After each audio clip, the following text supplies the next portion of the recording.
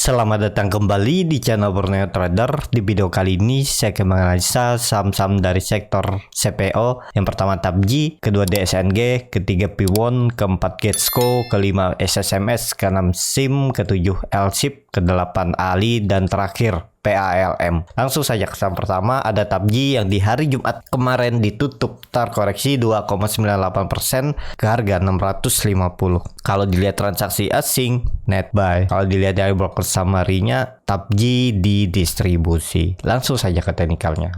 Secara teknikal, TAPJI setelah gagal lewat 700 dia kembali koreksi ya. Ya ini lagi konsolidasi dan lihat dia tektokan aja di hari ini 640 sampai 700, jadi 60 poin, lumayan tuh sebenarnya ya, sekitar 9% tektok aja di situ. Nah jadi gimana untuk TAPJI minggu depan? Ya masih sama, yang penting jangan turun dari 640. Dan di hari Jumat kemarin itu ada news Pak Presiden Joko Widodo melarang ekspor bahan baku minyak goreng ya. Jadi apakah ini berdampak ke saham-saham CPO? Semoga aja nggak signifikan ya dampaknya. Dan kalau dilihat ya TAPJI ini masih konsol dan EMA 20-nya juga masih ke bawah. Tapi EMA CD-nya mulai melandai ini. Saat koreksi juga volume kecil, tapi ya jelek ya kalau sampai turun dari 640 untuk TAPJI. Jadi seperti itu untuk TAPJI.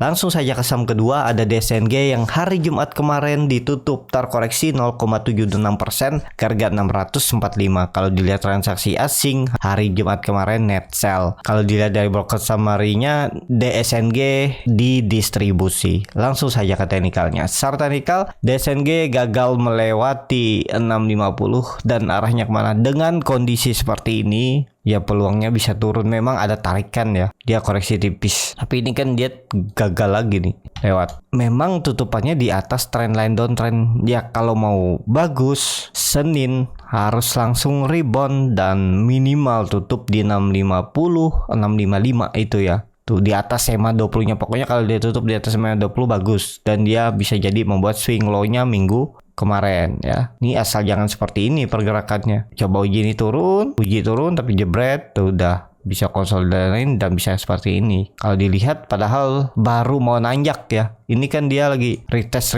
ini neckline double bottomnya. Tapi kalau saya lihat kemungkinan besar DSNG itu pergerakannya ke atas ya. Kondisi seperti ini. Nih, dia seperti ini. Ini ada nanti descending triangle. Kalau cut loss dari harga sekarang ke bawah 600 cukup dalam ya. 9% kalau mau reward seperti ini. Yang penting money management. Apakah ideal cut loss di bawah 10%? Masih ideal. Cut lossnya nggak nyampe ya, 8% aja cut lossnya ini, sampai 9%. Rewardnya 1:1 karena ini di harga pertengahannya. Dan ya DSNG akan bagus kalau kembali break 700 ya. Sekali lagi dia break 700 tuh ada peluang melanjutkan uptrendnya dan mengakhiri masa konsolidasinya. Ini kan dia konsolidasi di range cukup lebar, tapi harusnya di sini aja ya. Ini neckline-nya harusnya udah di breakout nih. Tinggal hari Senin lah. Kalau dia break 650 660 tuh harusnya bisa lanjut ke atas. Jadi seperti itu untuk DSNG. Langsung saja ke saham ketiga, ada BWPT yang hari Jumat kemarin ditutup terkoreksi 2,43% ke harga 80. Kalau dilihat transaksi asing net buy. Kalau dilihat dari broker summary-nya, BWPT didistribusi. Warna merah itu lebih sedikit brokernya, tapi nilainya lebih banyak daripada warna hijau. Itu yang dinamakan distribusi. Langsung saja ke teknikalnya. Secara teknikal ternyata gagal bertahan di atas 83 dan di atas 80. Kemana arahnya untuk BWPT? Ke 78. Apakah bisa spekulasi buy? Menurut saya juga menarik, walaupun memang jebol 83 84-nya ini ya. Tapi mungkin dia akan retest trendline ini dulu, trendline downtrendnya atau pola descending triangle-nya nih. Ya retest terus baru naik lagi. Kemungkinan juga BPT masih konsolidasi. Memang BPT kurang bagus ya laporan keuangannya, dan juga kita lihat memang BPT ini turun dengan volume kecil. Tapi kalau turun dengan volume kecil dan jebol support ya harusnya cut loss dulu, karena ya bisa diiris pelan-pelan. Contohnya nih ya, di Oktober 2021 dia turun dengan volume kecil-kecil, tapi teknikalnya terus turun. Kalau Bapak Ibu nggak pakai cut loss berharap ini kemungkinan ada pantulan karena dia turun dengan volume kecil, itu bisa dipakai selama nggak jebol support. Kalau dia jebol support walaupun volume kecil, ya jual aja. Batas toleransi Bapak Ibu berapa? Misalnya 2% dari support cut loss, ya udah. Kalau nyentuh 2% dari harga support cut loss, udah cut loss saja. Jadi seperti itu ya. Kalau baru mau beli BPT, tunggu aja. 80 79 78 tuh ideal. Pokoknya kalau udah jebol 78 77 76 tuh udah batas toleransi cut loss 76 itu ya. Jadi seperti itu. Dan semoga aja dengan adanya harga CPO yang kembali menguat ya, ini dia neckline-nya dipertahankannya 6.270, ya bisa aja dia naik nutup gap-nya ini ya. Dan kemungkinan juga bisa ada pantulan untuk BPT di area 7978-nya ini. Kemungkinan di 80 ini langsung mantul juga bisa. Bisa aja dia false breakdown, dia kembali di atas EMA 200-nya. Kalau Senin kembali ke atas EMA 200 itu bagus, berarti aman ya. Tapi kalau merah dikit lagi ya jaga aja di 78 nih. 3 cut loss di 76, 2,5% ya udah ideal cut loss.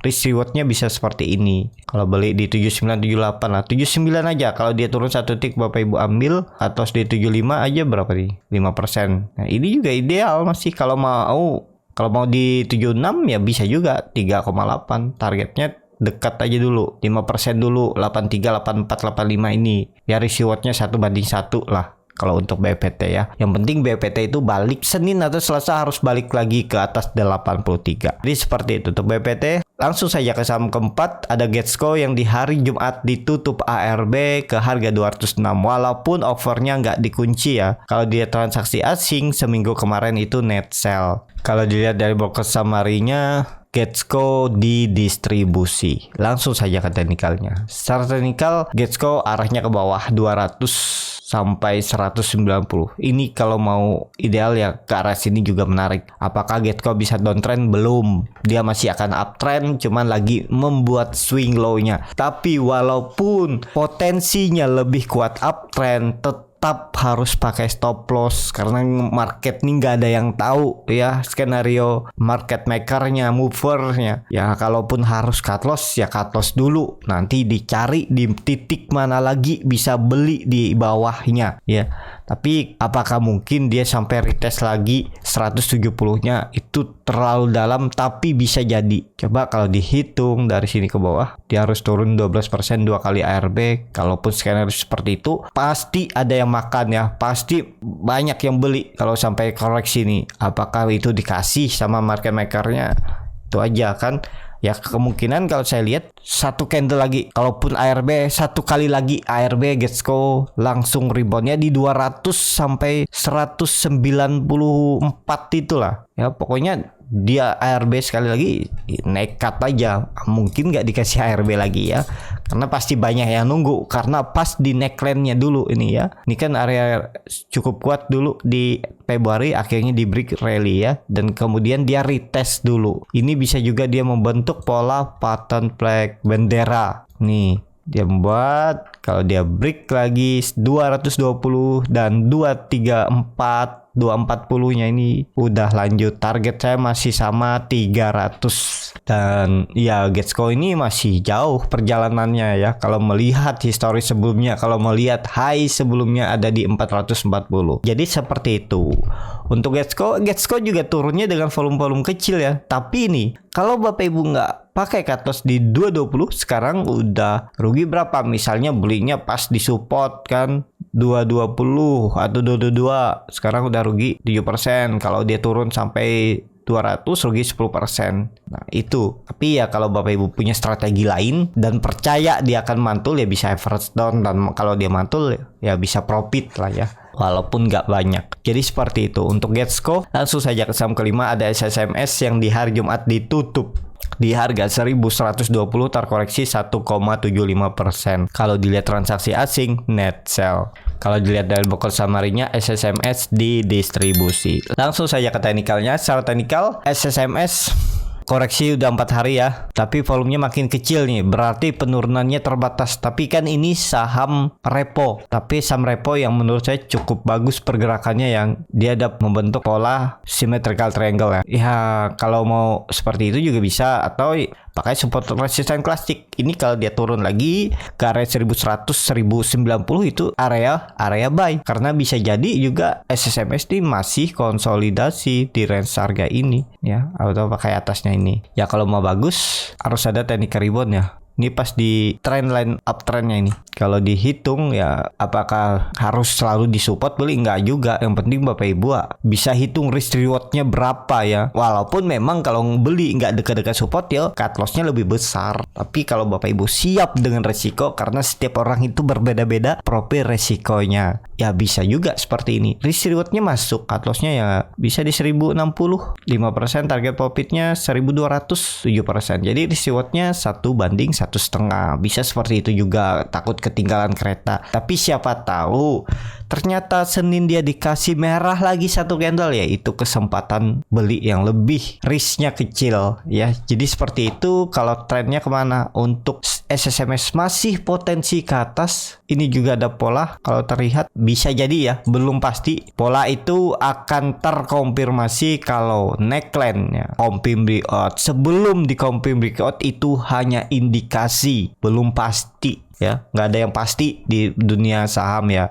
Nah ini ada pola cup and handle ya. Ya kuncinya tetap ini neckline-nya 1200. Kalau di breakout baru tuh uptrend. Targetnya, wah ini juga sudah cukup dalam turunnya ya. Targetnya ya bisa pakai hitung seperti ini. Dari bottom cupnya 1450 sampai 1500, bisa seperti itu. Tapi kalau Bapak Ibu mau main pendek seminggu 2 minggu ya bisa hitung seperti ini aja risk rewardnya, nggak usah jauh-jauh. Cut lossnya 3% tadi, target profitnya neckline-nya ini 8%. Jadi risk rewardnya 1:2, bisa seperti ini juga ya. Ideal nggak? Harusnya ideal. Oh ini tapi belinya di agak bawah ya. Kalau agak di pas harga penutupan seperti ini risk rewardnya hampir juga 1:2. Jadi seperti itu. Untuk SSMS masih konsolidasi, masih aman selama nggak turun dari 1080. Seperti itu untuk SSMS. Langsung saja ke saham ke-6, ada SIM yang di hari Jumat kemarin ditutup terkoreksi 0,97% ke harga 510. Kalau dilihat transaksi asing seminggu kemarin net buy, tapi hari Jumat ada net sell. Kalau dilihat dari broker summary-nya, SIM diakumulasi walaupun tipis. Langsung saja ke teknikalnya. Secara teknikal, SIM gagal lewat area resisten 550 540-nya ini, dan dia ke bawah lagi ke 500. Tapi menurut saya 500 nih harusnya dijaga, dan ya kalau mau bagus SIM Senin harus kembali ke atas 515 520-nya ini. Tapi selama di atas 500 sih masih ditoleransi lah ya. Jadi kalaupun yang ada masih hold aja, karena indikasinya masih bagus nih. Bisa seperti ini. Nih ya, dia mungkin retest trendline-nya ini aja 505 500. Toleransinya jangan jebol 490, itu aja kuncinya untuk SIM. Bagi yang baru mau beli ya harus siap kalau dia jebol 490. Jadi cut-lossnya sekitar 5%. Bisa seperti ini juga. Tapi nggak harus sama ya. Sesuaikan dengan profil resiko masing-masing. Cut lossnya sekitar 5-6%, target profitnya tuh 6-7%. Nah, bisa seperti ini risk rewardnya. Tapi kalau dikasih murah lagi sedikit ya besok di 500 ya, kesempatan lebih murah dapat harga dan risknya lebih kecil. Jadi seperti itu.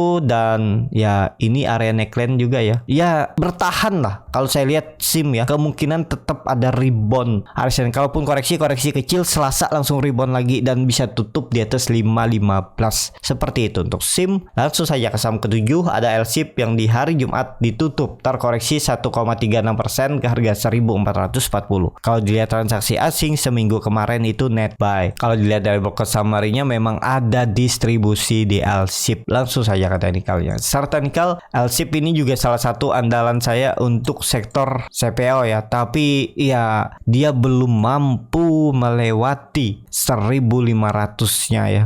beberapa kali coba minggu lalu dan minggu sebelumnya dan gagal. Tapi apakah ini pertanda jelek? Belum. Yang penting dia nggak jebol 1400. Kalaupun jebol kemungkinan dia bisa konsolidasi area ini dulu, konsolidasi lagi. Support kuatnya ada di 1350. Jebol itu berarti lanjut downtrend. Tapi saya biasanya cut loss dulu kalau udah jebol 1400 nih ya. Atau pakai strategi average down juga bisa ya. Karena dari 1400 ke 1350 itu cuman 3%. Bisa seperti itu juga ya. Atur aja bagaimana strategi masing-masing. Jadi untuk LSIP ya, kalau saya lihat minggu depan harus sudah di atas 1500 biar bagus ya. Karena mungkin dia baru retest lagi nih tren pola symmetrical triangle ini. Ini mungkin dia retest dulu. Kalau dia sudah bertahan baru rebound. Ini dia baru hari ini jebol ya. Dia jebol trendline uptrendnya ini. Ini kan juga ada pola imported and shoulder, tapi saya hapus saja. Dan ini terlihat dia baru jebol ya. Kalau mau bagus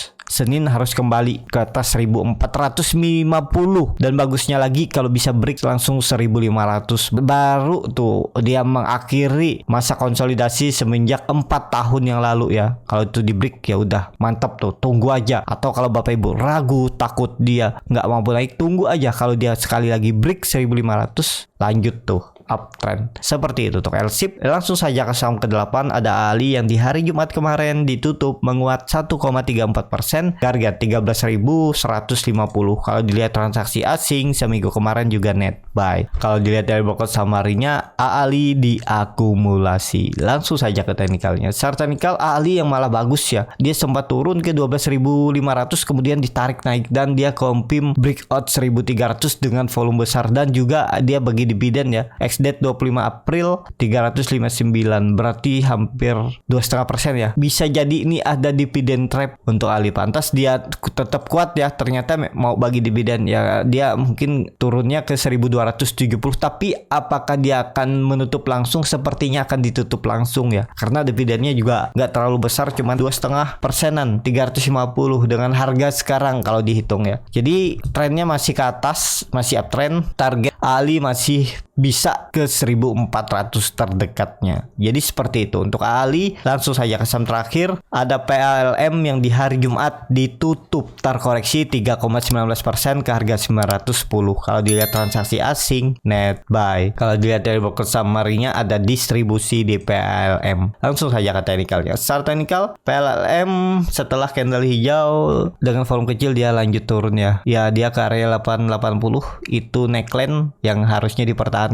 Kalau jebol itu berarti gagal lewat dan berpeluang ke 640. Tapi kalau saya lihat kemungkinan dijaga dan ada pantulan karena dia sudah membentuk higher high ya. Berarti kondisinya masih bisa uptrend. Tapi ya kalau Bapak Ibu mau beli di 880 jebol itu jual aja dulu sebaiknya. Takutnya false breakout dan dia bisa sampai uji trend downtrendnya ini ya. Nih ke 800 kalau jebol 80. Kalau saya sih saya cut loss dulu ya. Gak mau lama-lama nunggu uangnya dan belum pasti juga dia mantul dari 800 kan. Nih 13% mending saya cut loss tipis aja 4%. Kalau baru beli di 900, apalagi kalau dapat di harga murah di 880, 2,5% aja cut loss. Ya udah cut loss aja. Berarti nggak kuat naik kalau sampai jebol lagi supportnya 900 dan 880 itu. MACD-nya juga mengarah ke bawah membentuk dead cross, bar chart di bawah 0 juga makin dalam ya. Ya kuncinya memang 900 880 itu jangan sampai jebol. Kalau bertahan dan mantul besok Senin Selasa bagus. Tapi kalau merah ya udahlah exit aja. Tapi kalau pengen di hold, pengennya jual selalu profit, silahkan di hold. Yang penting harus sabar, jangan sampai di tengah jalan frustasi sudah loss besar baru cut loss. Biasanya seperti itu ya. Cukup sampai di sini video kali ini. Terima kasih untuk Bapak Ibu dan teman-teman yang sudah menonton video ini sampai selesai. Apabila channel Borneo Trader ini bermanfaat dan bisa menjadi bahan pertimbangan Bapak Ibu dalam membeli, menyimpan dan menjual sahamnya, bisa klik tombol subscribe dan nyalakan lonceng notifikasi. Ada kritik, saran, ataupun pertanyaan bisa langsung tinggalkan di kolom komentar. Bagi Bapak Ibu dan teman-teman yang baru belajar trading, masih bingung memilih saham, bingung membuat trading plan, bisa join trading bersama Borneo Trader. Nanti dipilihkan saham-sahamnya dan dibuatkan trading plannya beserta chartnya dan juga free konsultasi portofolio. Kalau tertarik, DM Instagram Borneo Trader. Sampai ketemu, tetap semangat dan semoga bisa terus cuan.